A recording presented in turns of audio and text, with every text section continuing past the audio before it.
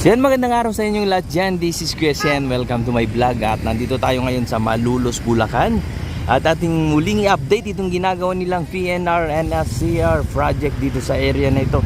So ito na po yung station ng PNR and SCR Malulos, no? So nakikita natin itong ginagawa nila dito.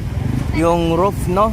Kakaiba po yung roof niya. Mayroon pong kumpul-kumpul dito, oh. Mga 1, 2, 3, 4, 5, 6. Anim na ano na po yan yung kanilang ikakabit sa bubong. So itong ibang style naman po itong pagkagawa ng bubong ng NSCR Malulos, no? So yan, ito pong bahaging ito ay patungo po yan ng Kalumpit. Tignan din natin yung launching gantry na galing Lungos, no? At silipin natin kung nasaan na banda yung launching gantry na yon. Puntahan natin yan mamaya-maya, no? So tayo mag-drone dito at tignan din natin dito sa may banda dito yung mga viaduct dito, yung nadugtong na dito sa may harap ng Robinson Mall. Yan. So patungo po ito ng Metro Manila. Yan po yung Malulos flyover, no? Yan po. Yan. So,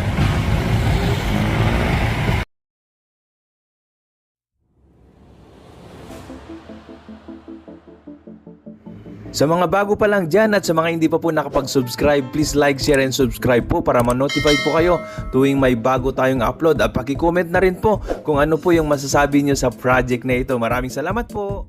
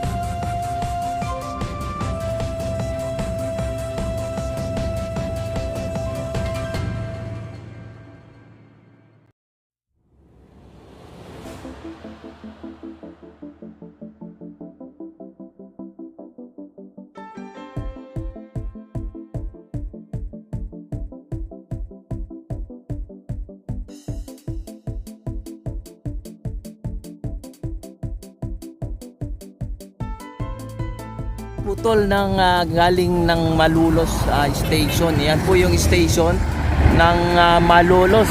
So tignan natin itong karugtong nito. Itong bahaging ito na patungong north. So nandoon po yung launching gantry. Isilip na natin dito, no? Ayan po. So puntahan natin yung mismong kinaroroonan ng launching gantry.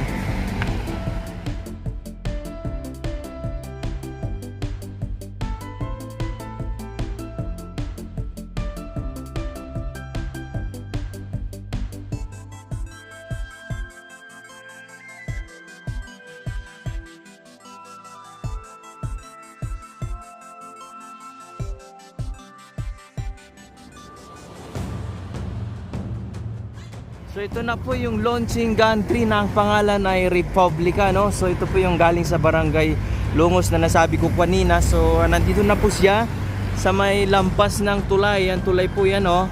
So ito po yung landmark. Malapit na siya dito sa tapat ng Bulacan Polytechnic College. Ito po yung Bulacan Polytechnic College, no? Yan po, no? Yan. So siguro mga more or less mga 30 span na lang ang kulang ay makakarating na itong launching gantry mula doon sa may putol doon sa patungong Malolos station. Ayan po, banda dyan po banda, no? Yan.